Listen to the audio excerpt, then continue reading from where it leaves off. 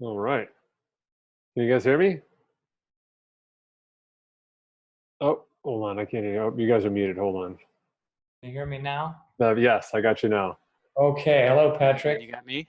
Hey, Dave. How you doing? Yep, Good. I got you, Mike. I got you both. Good. Great. Is it okay without the headset Can you on? hear me? Okay, good. Yeah, Dave, you're good without the headset on, and I'm going to try me without the headset. Okay. Can you guys hear me all right? Yeah, you're fine. You're a little muted, but it's okay. Okay. Keep talking. I'll keep talking. I'll bring the microphone a little closer, too. Yeah, that's better, I think. Okay. We don't want to get too close to Mark. He's very good looking, but we don't want to have that too tight on him. Mark went with the warm colors. That's nice. He did go with the warm colors. Yeah, I wear black all the time, so it's no different for me, but Awesome. Well, gentlemen, thank you so much for reaching out, and super excited to have you guys be a part of the show and see what you're all about. I told my team already, I said, you guys have to give me some questions. So I got all manner of questions. Some were really good. Some were just really awful. So we'll not keep the awful ones. But I'm super excited to learn more about the project you guys are up to, and hopefully we can help out in any way possible. how do you generally promote your podcast, Patrick? We do it just through Facebook. And we got our newsletter as well. We've got like 15,000 people on the newsletter. Uh-huh. And then have our people pass it on. So whatever it is that you need. We've been doing it for 10 years. So we've got a pretty good audience. Yeah, nice. Good. And are you pardon my ignorance, are you the boss of the organization? Yes, I am. Yeah. Ah, great. Good on you. Well, thank you. Mark, what are you doing? You're going to he's got a mansion he lives in. He goes to a different isolated corner. He's still there, Mark? I don't hear you. He's here. I got it. Say something, Mark. The internet was too slow where I was set up, so I had to go to a different location in my mansion that's a little bit closer to the router. So yeah. I don't like it's not that good of a background, but no, it's pretty. It's good. Oh yeah. I'll show you something, okay, Mark, because you don't have one of these. You have everything else because you beat me in everything else. But what's this? This is the Nautilus Triathlon. This is the Ironman 1980. It was owned by Nautilus. Mm-hmm. And that, can you see that? Wow. The Nautilus shell, I need to glue it back on. And it's missing an L. Yep. On the Nautilus. So that was the award back then. Does it say Ironman anywhere on it? No, it says Nautilus Triathlon 1980 champion. Wow. Men's division, thank goodness. 2.4 miles swim, 112 miles, like 26.2 mile run. That's it. So I've got lots of pieces that need to be. That's the only thing I actually like that people said, oh, you should have that in your office. So that's in the background. Well, at least it's the trophy that needs a few pieces glued back on, not your body. Well, that's beyond repair, as you know. Yeah. Anyway, Patrick, it's your show. Mark and I, we can banter a lot. So. Of course, no, and I appreciate it. I was, given all the banter I have with my athletes, it was refreshing to see that you guys are already talking smack to each other, even during the preparation for the podcast. Definitely, that's what I'm kind of hoping to achieve here a little bit as well as, and I think kind of what you are up to a bit, is kind of personalizing more of who you are. It's, I think for our community of athletes, you guys occupy a strange space in the Ironman world where you're just these icons, part of our history as a community. But you're still here. You're still part of what we do. So we talk about you in the past tense and the present tense. So it's a real honor to have you here. I was telling my kids, this is the podcast that I'll be telling their kids about. I'm like, this is the episode. So if you're watching that, kids, you found it. This is it. For everybody else who's a listener, this is the podcast. After this, everything goes downhill. The next 10 years of Endurance Nations podcast will be terrible. Well, I hope not. So, well, you guys reached out to me, and so everyone knows the history. And what I'm hoping to get to today is a little bit more of the backstory, and bring out a little bit more about the day itself as we dive in. I think we've seen competition in more recent years, sometimes on the men's side, sometimes on the women's side, but I think it really pales in comparison to the battle that the two of you had, kind of step by step across that entire marathon.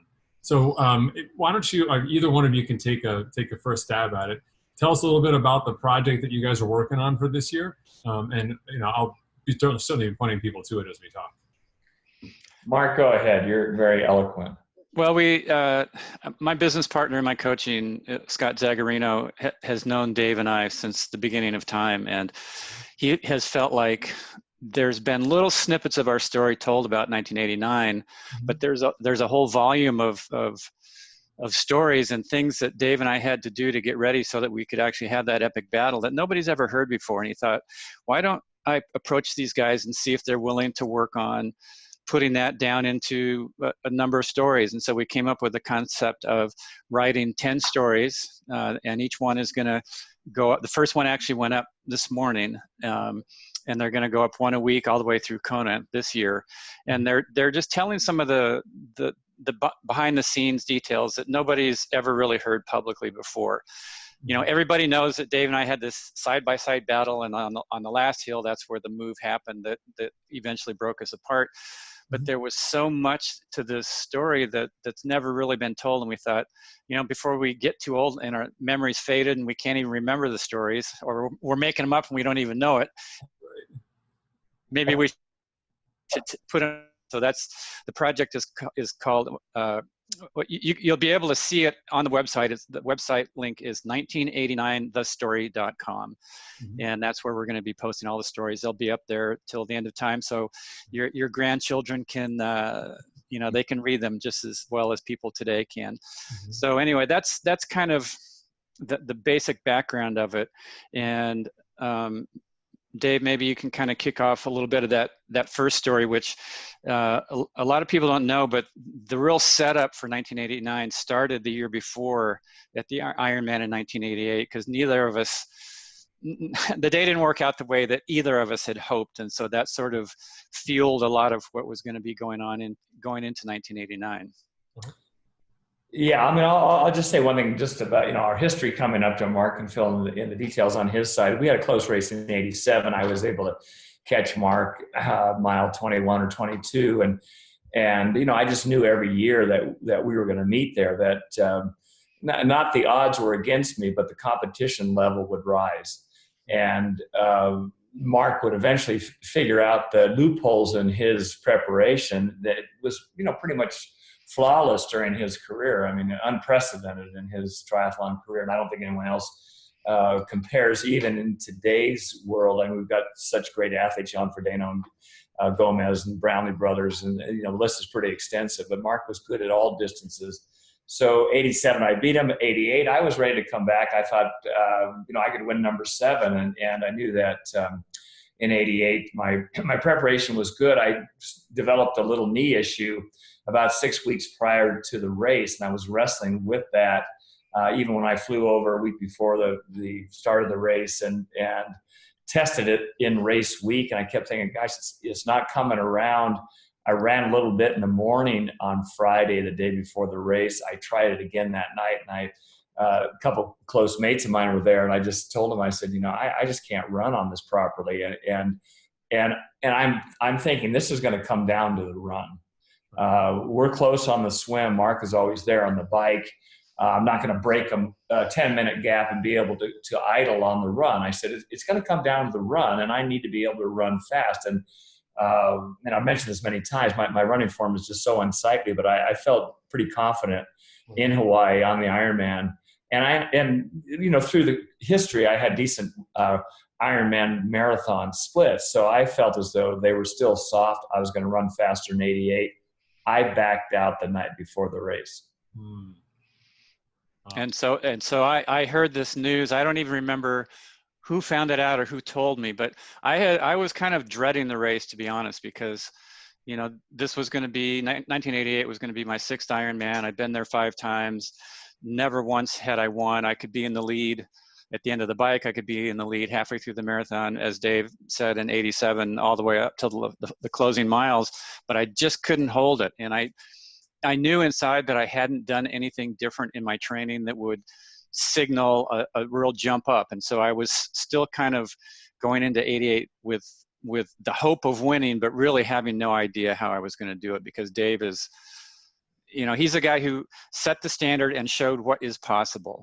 All of those years, starting in 1980 when he won his first title.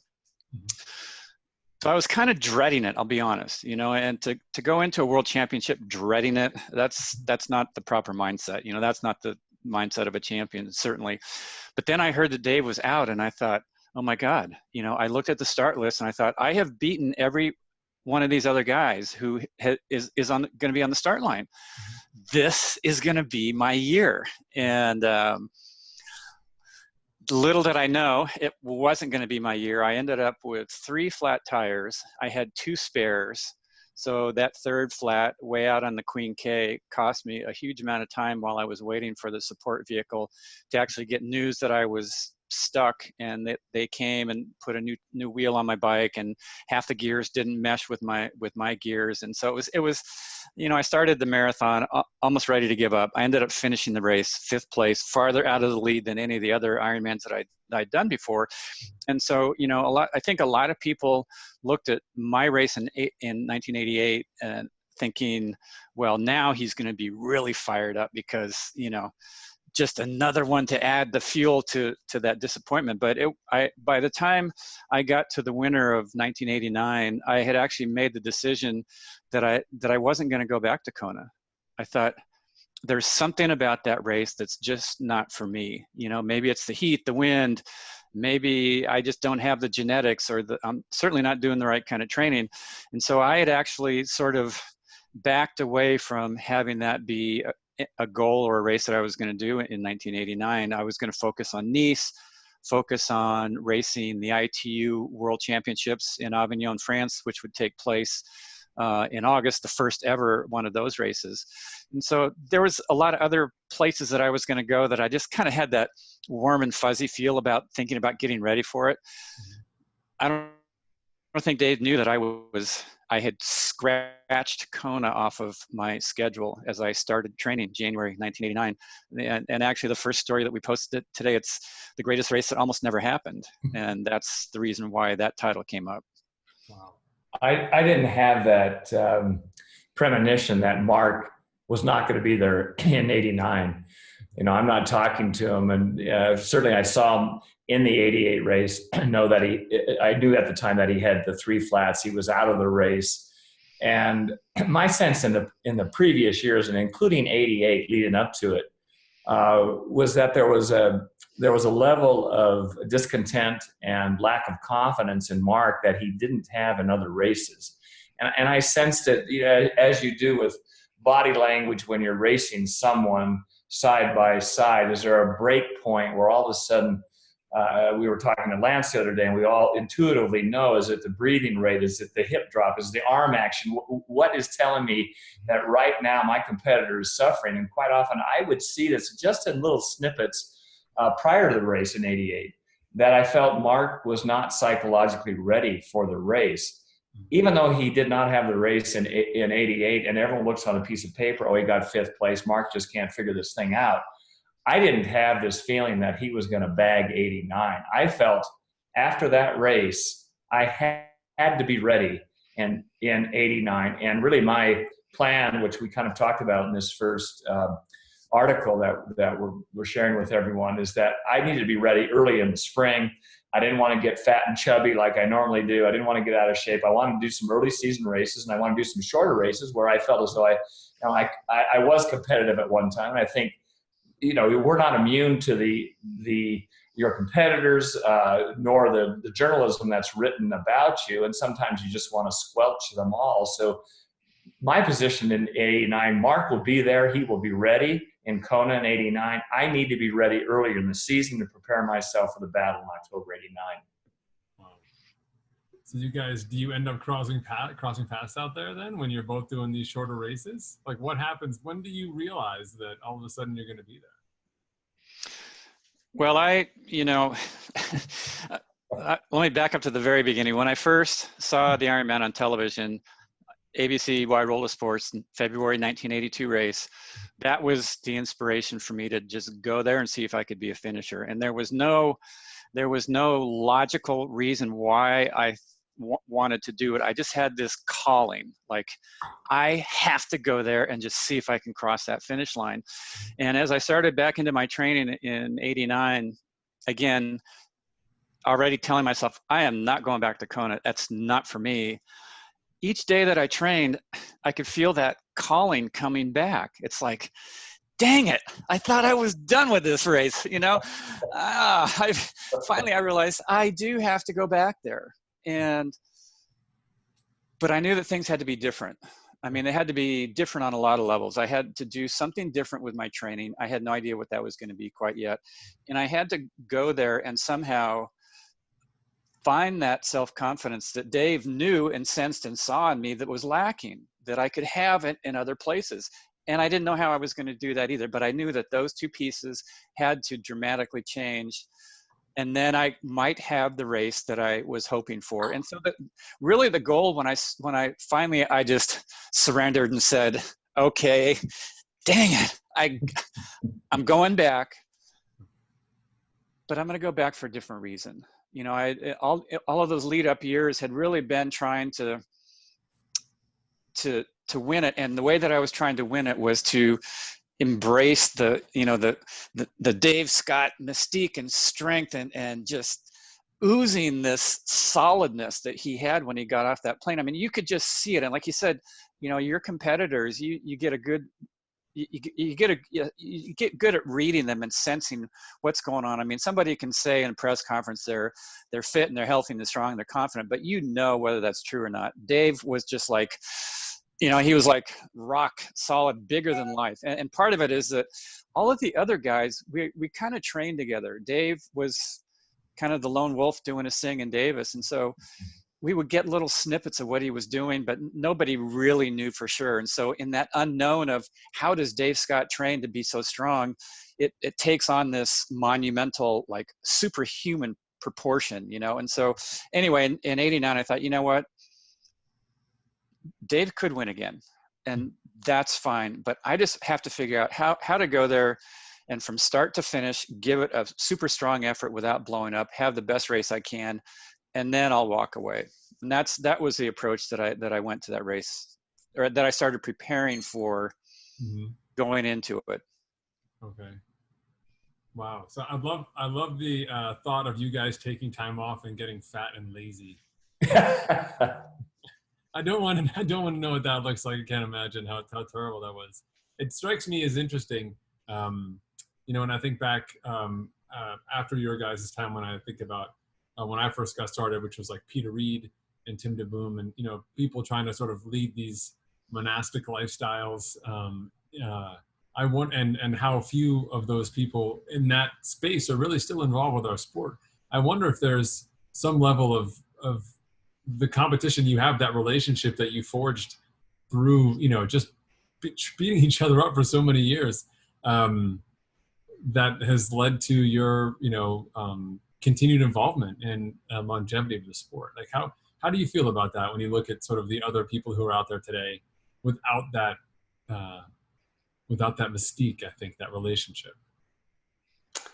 Well, that's a tough question, Patrick. I'm not sure I can answer that properly, and whether I understand it completely. But I think at the time, you know, I was depicted as this, you know, this monk that lived and trained by himself in Northern California, and I knew Mark and my contemporaries were all down south, and so that mystique or that aura was just built because we didn't have the internet. There, you know, people weren't giving reports. There wasn't postings, and on and on and on. So people really didn't know what I was doing, and honestly, I didn't really know what they were doing, and I didn't really care.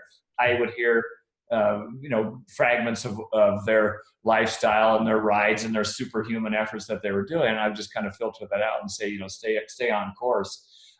I think the other part of it is that, you know, in the training, we're surrounded with, Mark and I both use them. You know, we can use heart rate and power and all the metrics that people are using and measuring and putting beautiful bar graphs on there. But, you know, back in my time, even though I have a science background, I like all those things, my tools were my mind. and my mind was my driver. And I wore a wristwatch. Sometimes when I ran, I'd look at the clock on the wall when I'd go out and run a 10-mile run and say, hey, yeah, it took me X amount of time, or, you know, I'd look at my last couple of miles or whatever it was. And I because I live in Northern California in Davis, the county roads are all a mile apart. And so I once in a while I'd check those and times up my climbs. But it wasn't, you know, the driver for me was really how hard could I push myself. And I remember some days where I would set my DaveScott world record. No one else would do it, but you know, it was my claim to fame. I'd say, this is amazing, but I really couldn't share it with anyone. So I finished a hard day of training and, okay, that was good. You know, how can I up my game the next day? Because Mark is going to be ready in 89 and I needed to prepare. And that was my mindset in the really in the latter months of 88 and in 89. I just said, I have to be better prepared than I have ever been for October 89. And so that was kind of my mantra. You did ask a question, and Mark, I want you to jump in and probably ask one proper. We did collide in 89 prior to Ironman. Let's hear about that. Well, go ahead. No, that's all right. Go, Mark. It was at the Gold Coast at the World Cup Triathlon on the Gold Coast. It was a long distance race.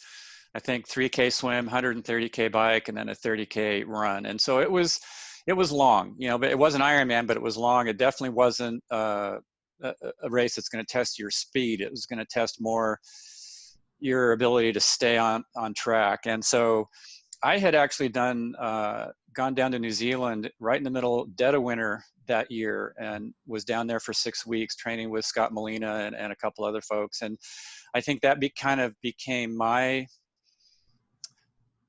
getaway, psychologically boosting, fortifying training experience. Because all of a sudden, you know, in 1989, when I flew to New Zealand, my entire life up in North America basically ceased to exist because there was no internet, there's no social media, there weren't laptops. You know, I don't even think I had a cell phone at that point. I don't know if there were cell phones back then, but anyway, so life was so simple. You know, I'd get up in the morning and it's like, what do I want to do today? I think I'll train, because that's all I had. And in that simplicity, training in this incredibly inspiring environment on the South Island outside of Christchurch, I was able to put in training that I had never in a million years imagined that I could do and absorb. And all of a sudden I realized, you know what, I haven't focused right.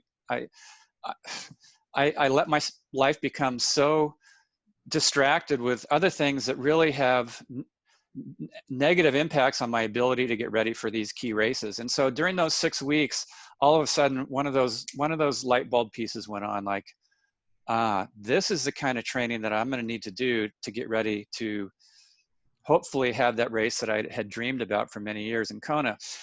In April that year, there was this race. It was the first time that Dave and I were really going to be able to test everything out on a distance race, on a tough course in a hot climate, to kind of see where both of our training was at. I knew that I was in better shape than I normally was at that point of the year.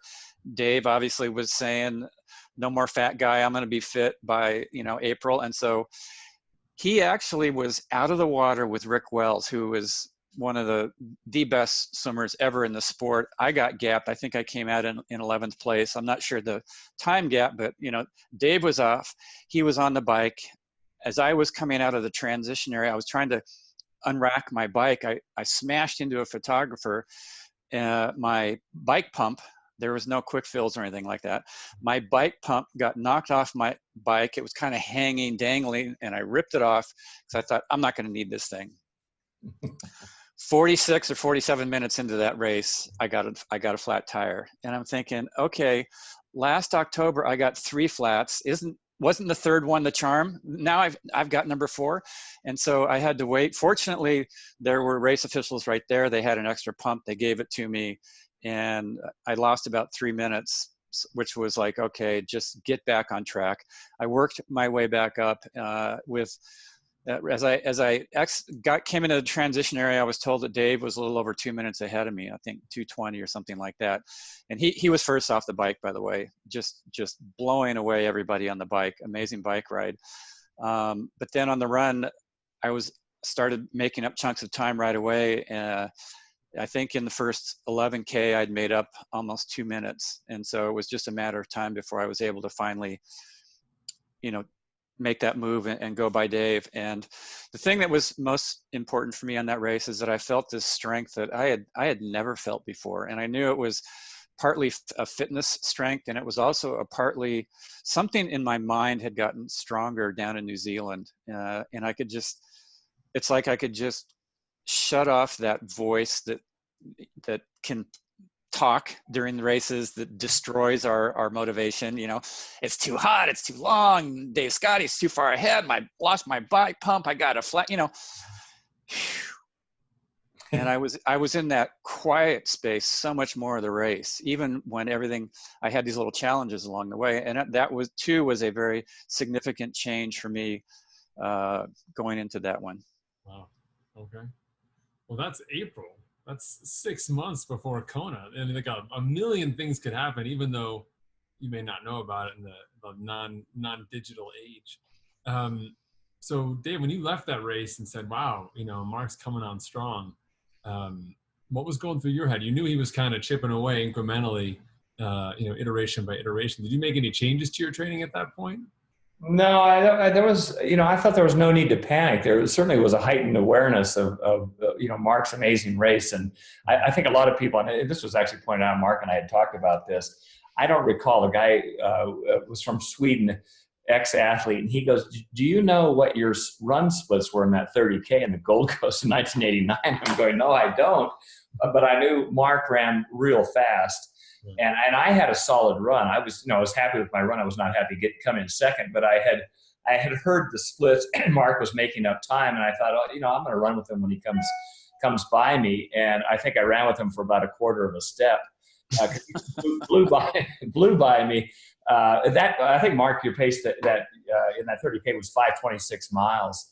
And that's rocketing. A lot of people struggle with that in 10K. So it was extremely fast. 1:38 or 1:39 for 30K is off the bike was a magnificent run. I felt I was strong. My response was, and we don't need to go through every segment of this, but I had raced a couple times before that, Mark, and I had raced in St. Croix, and no one really knows Mark got 3 flats in Kona. I crashed the day before the race in St. Croix. I was ready to race in St. Croix, and my hip was so sore. I remember lining up thinking, oh man, don't bump me, this thing is raw. I still have a scar 30 years later on my hip from that crash in St. Croix. Mark won that race.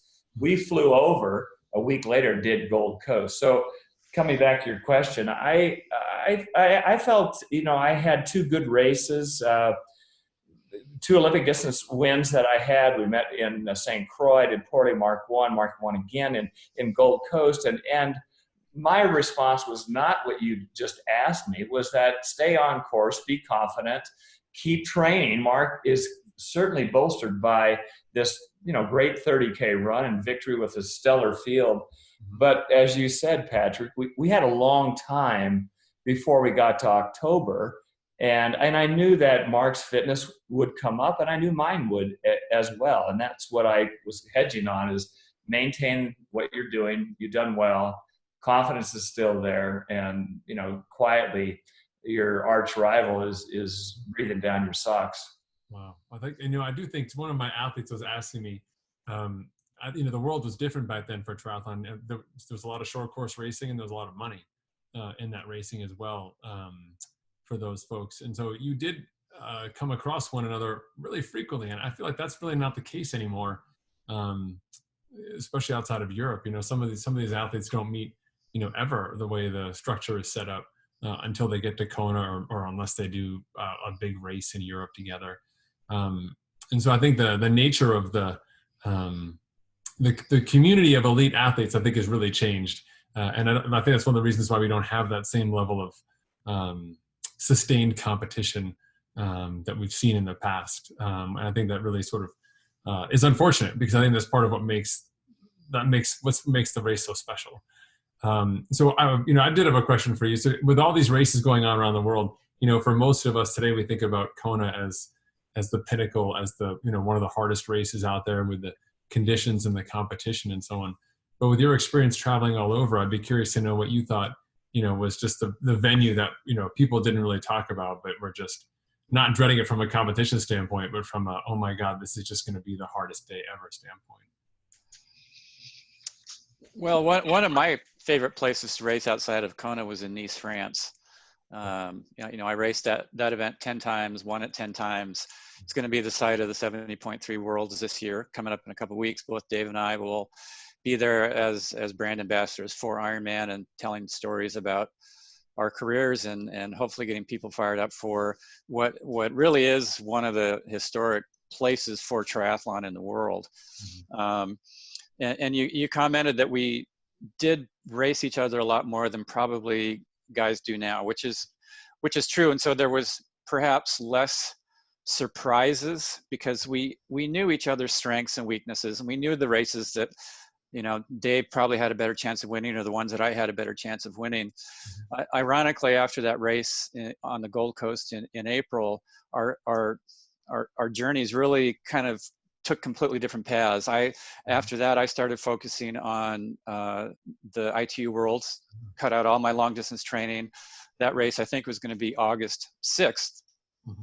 I did end up winning that race. But the thing that happened the week before that I didn't hear about until after I was just done with Avignon is that Dave had raced at Japan Ironman, and his time was 8 hours and 1 minute. He almost broke that 8 hour barrier, and that was almost a half hour faster than he had gone in Kona. And Japan, Ironman Japan, it's a tough race because it's very hot, it's very humid, it's not fast, and so it was so far off the charts that I said the course had to be short. There's no way he could go 8:01. And I thought, or maybe it was like really cool and it wasn't humid. It was 100% humidity. I mean, it was the same as it always was. And it was such a leap forward that I could not even wrap my brain around it. So it's like, it almost didn't worry me because it was like somebody had told me something in a foreign language and I didn't quite understand it. Not in a million years could I see myself going 8:01 at that point anyway. So all of a sudden, here I had this great short distance race, which was great, but I had let Ironman training go for almost 8 weeks. And all of a sudden I see Dave has done an 8:01. And as he said, his fitness is going to keep getting better throughout the year. I'm thinking, holy guacamole, what's he going to put together in Kona? So I was starting to question things once again. Wow.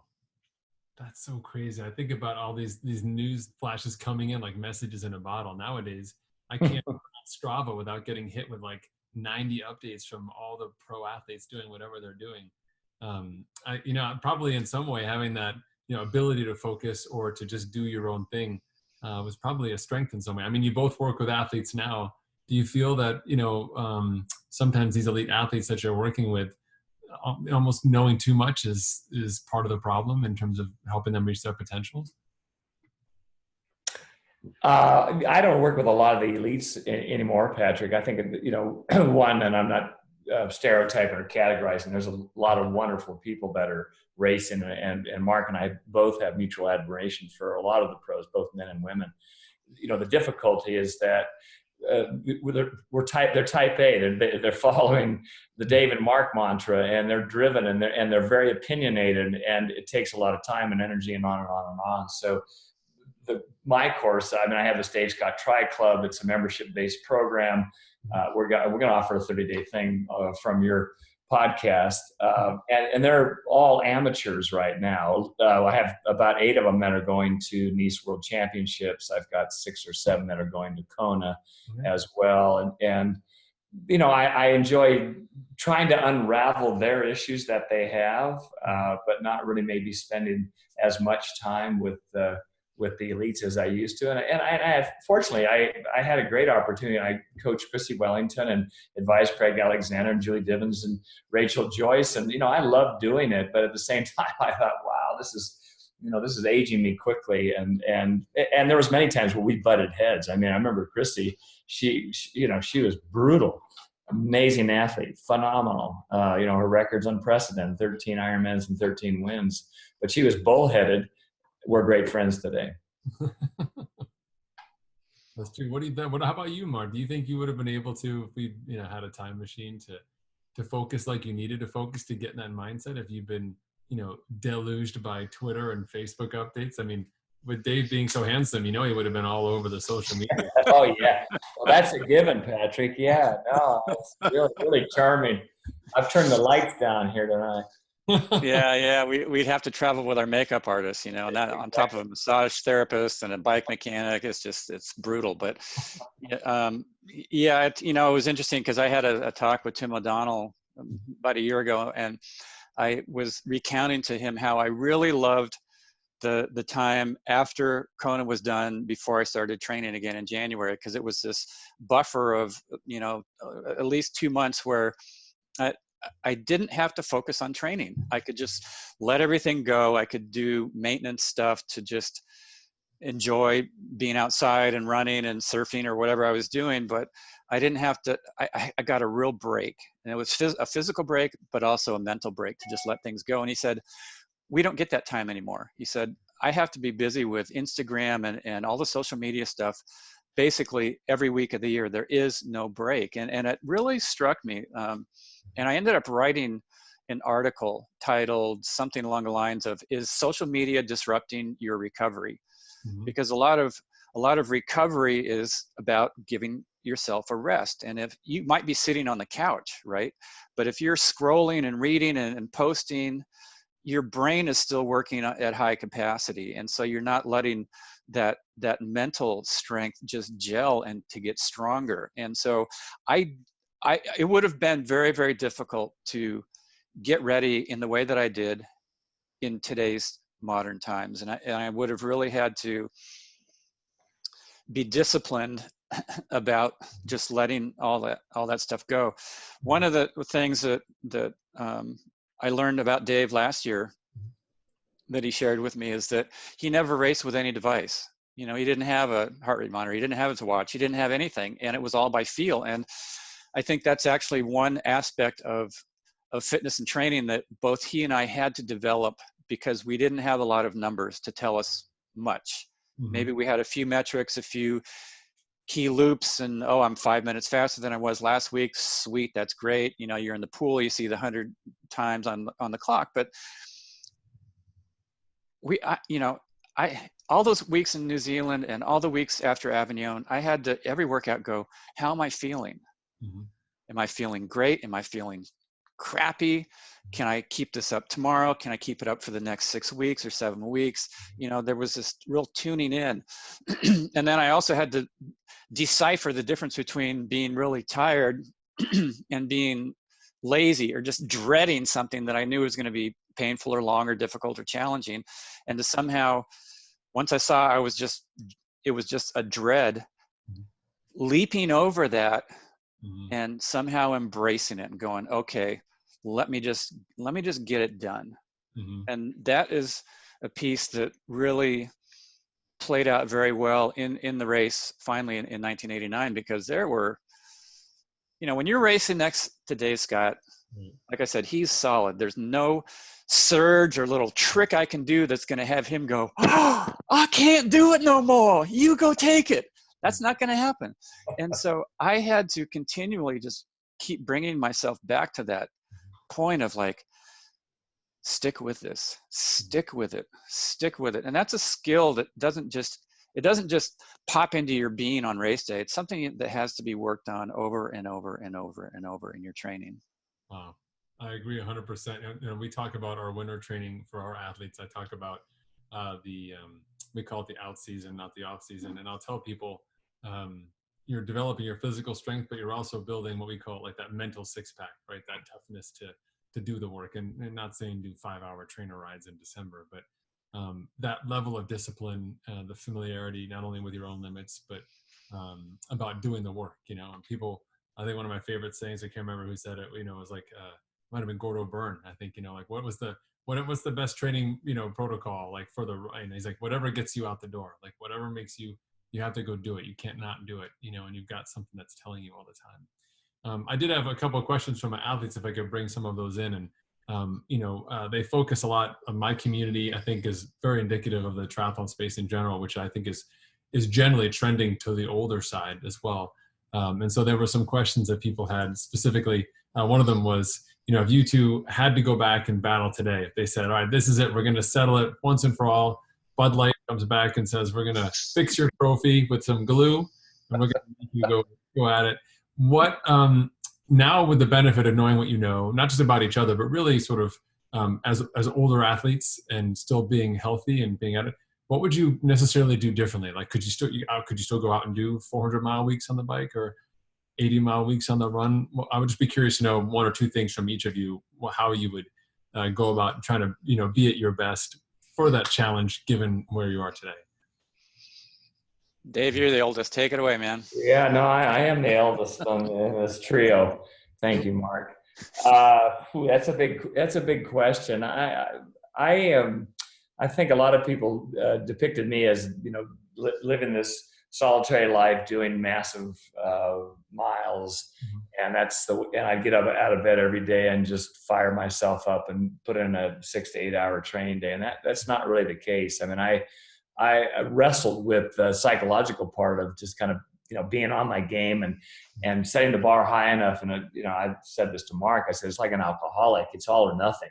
So if I couldn't do it at the level I wanted to do it, I wouldn't do it. It was sort of self-inflicted abuse. To get to your question, Patrick, I think if I had the opportunity, I would surround myself like Mark did with San Diego, or going to New Zealand and training with Scott. Having training partners is magic. And I think, all of us know the difficulty in a swim session is to try to pull it off by yourself. I did lots and lots of swim sessions, actually looking at the clock, looking at my 100 pace, and here we go, I'm going to do 6 500s on a send off, and I want to hold them all here. And I did a lot of those workouts. But boy, if I had a group of people to train with, which I know is at different times, it was such a luxury. You could get through an hour and a half swim workout and say, that was difficult. There was periods where I was called the barometer of discomfort. The discomfort level was quite high. It's painful when you're out of shape. Mm-hmm. So that part of it, the difficulty was fine, but it was nourishing. Mm-hmm. So I would surround myself with people. I would go on other group rides. I wouldn't do the volume that I did, but my volume was really pretty finite. It wasn't year round. I had a lot of downtime, as Mark was alluding to, and then quite often I would ramp everything up. I'd ramp up my quality, I'd ramp up my volume, which I don't think is the right way to do it for a lot of people at the end of the year, but I was fresh going into it. And I kind of did that. When Mark was talking about going to Avignon, in this third piece that we have written, and I actually left this out. I was thinking about it. My wife at the time, Anna, was pregnant with my first son. And I said, I need to go to Boulder and train. And we rented a place in Boulder. It was hot and blazes in the early part of the summer leading up to Ironman Japan. We spent 6 weeks. She was 7th or 8th month pregnancy because Ryan was due, he was born August 5th. So we came out to Boulder. I said, I'm going to have 6 weeks here. I'd spent some time because my sister had been here, and Mark and Scott and some of the other boys had gravitated out to Boulder. And I said, it's a beautiful training place. I want to be here. So that kind of prepared me for Ironman Japan. But post Japan, my son was born. That was my focus. Like, I've got this new baby. And then I was reminded, which, we can talk about, or it'll certainly be in one of the stories, that I better get going because MarkAllen's going to be ready for you, Dave, in October. So you can't look at your baby or hold him anymore. Go out and exercise. Anyway, I don't think I answered your question. I don't even remember what it was. That was from a viewer, Patrick. Could they restate that? Mark, why don't you more eloquent? He's much brighter, so maybe he can fill in the holes. Yeah, people ask me, would you ever go back to Kona? And I go, I'd love to go back and watch like I do every year. And that's not what I'm asking. Would you race it? And I go, maybe next lifetime. If I really was going to go back, the biggest challenge would be starting from where I'm actually at with my fitness. Mm-hmm. Because since I've retired, I've it's taken a while, but I've worked at different levels of exercise to try and figure out what is going to be a level of exercising that maintains my health and gives me the most vitality and longevity out of this whole journey of athletics and exercising that I can. And that level is very different than what it would take for me to be ready for an Ironman. I mean, I don't think anybody just sits around and does 100, 150 mile bike rides just to stay fit and healthy. You know, you do that because you have a real purpose. And in my mind, I'm just as fast and as I ever was. And so, you know, I'll be running along. I don't measure or monitor anything anymore, but I just go by feel. I'll be running along thinking, this is probably, I know it's slower, but not that much slower than when I raced. And then all of a sudden, here comes, you know, somebody who's completely out of shape, looking like they're running so slowly, passing me like I'm standing still. And I think, well, maybe my form looks good, if nothing else, you know? So I don't think so. Yeah, probably not. So anyway, it did look good. If somebody did something a long time ago and then they want to come back and re-experience it, the main thing is starting from where they're at now, not where they were back then, and also adapting, as Dave said, the volume and everything to match your body at the age that you're at. It's simple on the surface. A lot of people find it challenging because they want to live 30 years ago when now it's, you know, they're twice the age that they were then. I think there's some transfer there. You mentioned, both of you, sort of about being in touch with your bodies and your capacity, knowing when to rest, sort of having that general fluency with your potential and how much recovery you need that's still pertinent today. You mentioned feeling fast on that run, Mark. I want to know, like, some of those splits that you and your fellow competitors threw down in the day are still so insane. We have so much technology now. It's ridiculous, right? You know, golf balls can fly so far. Like, you know, helmets are dimpled. Like the new skin suit I got last year, now I wouldn't even, you know, wash my dog with it because it doesn't have, you know, whatever nylon stitching, you know, from outer space. How is it possible that some of those times are still being, you know, chipped away at, or that we're still not that much closer to it? When you look at, compare it to, say, other sports like the hour time trial on the bike, which I know is not the same, or the marathon distance. So we see all of those advances. I think it's just a testament to a lot of what Dave and I have been talking about, is that racing in Kona it's partly about your fitness, and it's partly about your mental strength and fortitude. It's about your ability to focus, not only on race day, but how do you focus in your training so that you get the most out of it. Mm-hmm. And you can't measure that type of stuff.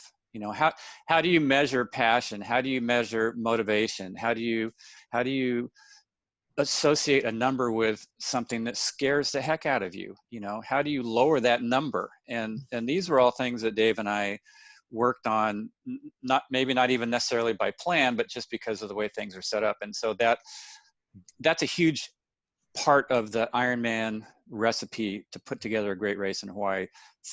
You need physical conditioning. You need that mental, this is Dave's word that he loves to use all the time, tenacity. You know, I love it. That's excellent. Yeah. I learned that word from you. I had to look it up first time. That's enough thesaurus. I think, I mean, one of the things, Patrick, I think going into to Ironman, and obviously Mark figured out the game, was, Mark and I have a good rapport with all the athletes, I would say. And, you know, we talk to them, and some of the athletes that have these incredible races throughout the year, you want them to be successful in Kona, but maybe it's that little seed of doubt that you see as a 60-plus-year-old couple, and you see them, gee, they're not that strong mentally right now. And I have heard this many, many times. I'm sure Mark has as well. I hope I can get through the run. I hope I survive on the run. It's windy. It's hot. I've been dehydrated before. And so there's this huge amount of self-doubt where the run times in the 70.3 races by the athletes now, and just talking about the men, are extraordinary. But they're not laying down the times in Kona getting off the bike. And I see this huge lack of confidence with a lot of the athletes that should have this confidence. And as Mark said, it's solidified in your training. You have to go into the race knowing that you're going to have a good race, but how good is it going to be? And I never had a doubt that, oh, I'm going to have a bad race because I didn't really feel great in the last 10 days. I'd say, you know, it's Kona. I'm going to have a great race. Mark's going to be ready to race. The other competitors are going to be ready. And I don't sense this with a lot of athletes. Can you really win this race, and can you lay down the best performance? That is within your biochemistry and your mindset to do that. And there's only a few athletes that I feel in Kona really have that capability of doing it. I mean, obviously you can reflect on the champions. They figured it out. The ones that are nibbling there and they keep getting a little bit faster, you better watch for them, because that run is coming down, and all of a sudden they're going to be saying, you know what? I don't care where they are on the run. I'm going to chase them down. And Patrick Longa is a good example. A couple of years ago, way behind, steady pace, beautiful run, wins the race. He knows how to win. Everyone's afraid of him. And I think, Mark, we had this. There was and I didn't say this arrogantly, and I think it's a funny thing. It'll come up in our storyline here, Patrick. There was a press conference before '89. Someone had asked in the press. We were there. Dave, what can you do in this race? And I remember I'm just thinking to myself, I'm not thinking about MarkAllen or anyone else. Oh, that's a good question. I was 50 minutes and 20 seconds for a lot of races on the swim. I said, God, I'd like to break 50 for once. So I said, 50 minutes on the swim. What can you do on the bike? Well, at that time, the standard was really riding 25 miles an hour for 112 miles, 180K. That was real fast. So 435 or 436. And I said, that's what I'm capable of doing. Oh, how about the marathon? And I know in Japan, with other things on my mind, I'd run 245, and it was very hot and humid that day, and I went 801. I kept thinking, there's 237.30 is a 6-minute pace, 345 per K. I said, that's very doable. So I think I stated this in the press conference, 15 minutes, 435, 237.30. And I think all the other athletes except Mark said, oh man, I'm out. I'm out of this game. And I'm always curious, I don't know if Mark had earplugs in at the time, but he was ready to race. And I think the other athletes came along for the ride. I'll just add one more thing, because I know I've been talking too long. I didn't know anyone else was on the bike, and I didn't know this until about 10 years ago. And I looked at the splits. We're all about the same, 437, I think, or 439, Mark, a little slower than 25 miles an hour. But there were 3 or 4 other guys that were in this pack. I never saw them. Wolfgang was in the lead by 2 to 3 minutes. I was leading this pack, and I didn't know they were there. I knew Mark was there. I knew he was there the whole time. Mm-hmm. Mm-hmm. Mm-hmm. That's crazy. Well, I think, thinking about those splits, we have a gentleman on our team who was doing his first 100-mile race, and it turns out that he only did like 99.8 miles. And so he turned his medal back in. He mailed it back to the race director because he didn't do it. Not only like 8 guys did this race. So he's one of those super type A people. And he wanted to know, Mark, how you felt about Patrick Lange getting that, the official world record run time, even though they didn't count your transition time, which they estimated to be like, probably 1:15, which I think is probably one of the fastest T2s I've ever heard of for an Ironman regardless. What are your thoughts on that? Well, it's just sort of the way the cards lie. Our split was our split. I was 240.04. Dave was just a little bit behind that. That split included our transition from bike to run, which, obviously, actually, this is a great story. When Patrick broke the record the first time, the marathon record, he was about 15 seconds faster than my time. He went just under 240. First guy to officially run under 240 in the marathon split in Kona. And first of all, when Mike Riley told him that he'd done that, he turned to me and he apologized. He goes, "I'm sorry for breaking your record." And then he goes, and then he figured it out and he goes, "I know my transition was longer than 15 seconds." he was sort of admitting that, yeah, he has the official record, but there's a little bit of question mark here. But the main thing is just that he's now where we were 30 years ago, and even maybe a little bit faster. I mean, his time last year was way faster than anything we went. Right. First guy under 8 hours in Kona. But it's taken a long time for guys to actually get there. And, Dave was talking about the press conference where he was saying, 6-minute pace, 237, whatever it's going to be. And I was thinking, yeah, I figured I went 5:26 pace for 30K, you add another 12K. Sure, I should be able to do that. And to actually bring this around to the old guy coming back story, question. A couple of years ago, it was in February, I was giving a talk in Boston, and I flew in. It was freezing cold. I wanted to do a little bit of a workout, so I went down to the health club gym in the hotel, hopped on a treadmill, and I was running along, and I was thinking, 240. We were going around 6:10s, averaging 6:10 miles. That was the average, which meant that some of them certainly were faster than that. And I thought, I wonder what a 6:10 mile feels like. And so I kept pressing the plus button, because I wasn't running anywhere near it. Finally, I got it down to a 6:10 mile, and I held it for a minute, and I was ready to blow up. And I thought, how did we do that? How did we do that?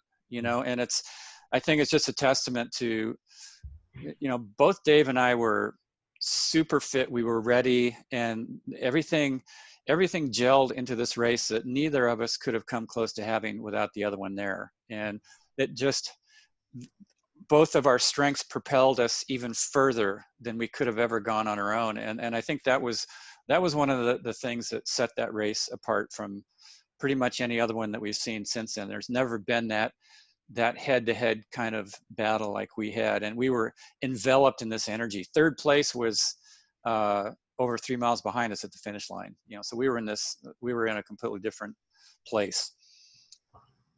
Unbelievable. I can't imagine the energy, even without all of the technology down there. Even the energy now at Kona, with the race being what it is so high.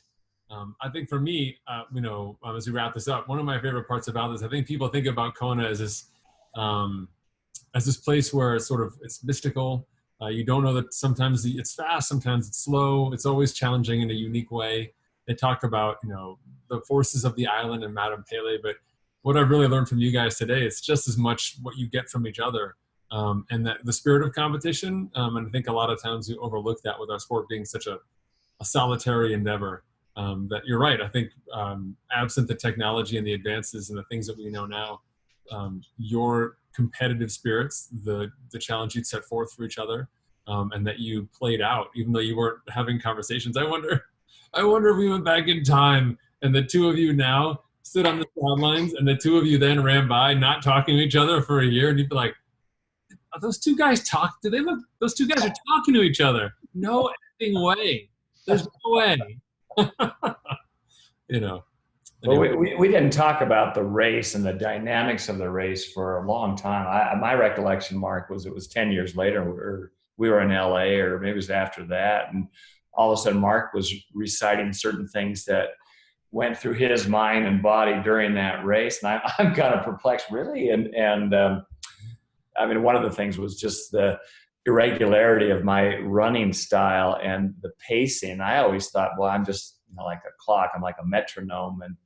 And thinking about it, I don't run like that at all. If there's a little downhill, I'll just, try to explode on that downhill. And even going back to 89, that was kind of my tactic. If we were together, I was going to get Mark at the top of Palani Hill, but he had a different move. Mm-hmm. Well, I'll point everyone to 1989thestory.com. They can read all the installments. And those will be coming out week by week, you said, all the way through the race. Is that right? Yeah, the first one posted this morning, so you can go on there, check it out. And there's 9 more to come. Each one will be telling you stuff that I'm sure you probably never heard before. And if you might have heard a little snippet of it, there's going to be a lot more detail. And I think what's important about it is just going to be to really see that there's many different ways to get to the same place. Dave and I are obviously different people. We had different approaches, but both approaches really worked. And then ultimately, as you're reading through these stories, just think about the fact that here we are 30 years later, and we're actually collaborating on this. And I think it's a testament, like you said, to just maybe how the dynamic of racing was back when we were at the peak of our game. It was certainly, we had a great rivalry. It was very intense. We weren't we weren't calling each other up to wish each other a happy birthday or anything, but you know, the rivalry was one that was born out of respect for what each other was doing and who each other is as a person.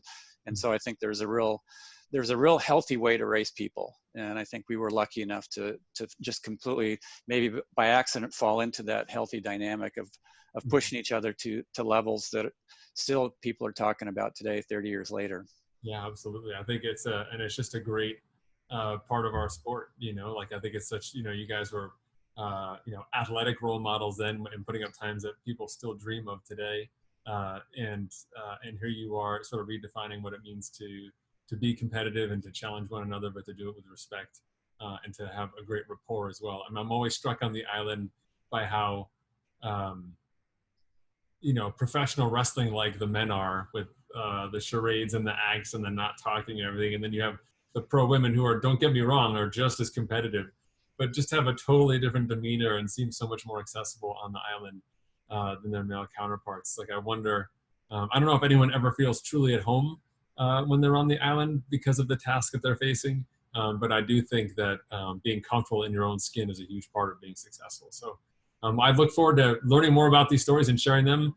You know, if you guys are doing stuff on the Big Island as well, would love to, you know, culminate that with you guys when you're there. Whatever that is, I'll be there as well. It'd be great to catch up and, you know, kind of put the finishing touches on and do something. Maybe you guys will do the underpants run. I promise I won't. My underpants are tattered, Patrick. We will be there during Ironman week, though. So it's a busy week coming up in the 7.3 World Championships in the East, and then we'll be obviously there again in Kona. Okay. All right. Well, great. Well, hopefully we'll see you there on the ground as well, and we'll be following along on the social media stuff. I'll get all this, you know, wrapped up for you guys so you can see it, and I'll help promote it and give you guys anything else you want. I know you sent over some links as well, but if there's anything else you want me to put out, I'm happy to do it to just help promote the story and get it out there. I really appreciate both of you for your time and your candor. It's been really reinvigorating, I think, for me just to hear the stories behind the scenes and see you guys together. And I look forward to learning more about, you know, what we think we already know. You can help us fill in those gaps. It'll be exciting. Sounds great, Patrick. Thank you. Yes, thanks, Patrick. Thanks for your time. No problem, gentlemen. Thank you so much. I'll be in touch. We'll see you. Bye-bye. Okay, cheers. Bye-bye.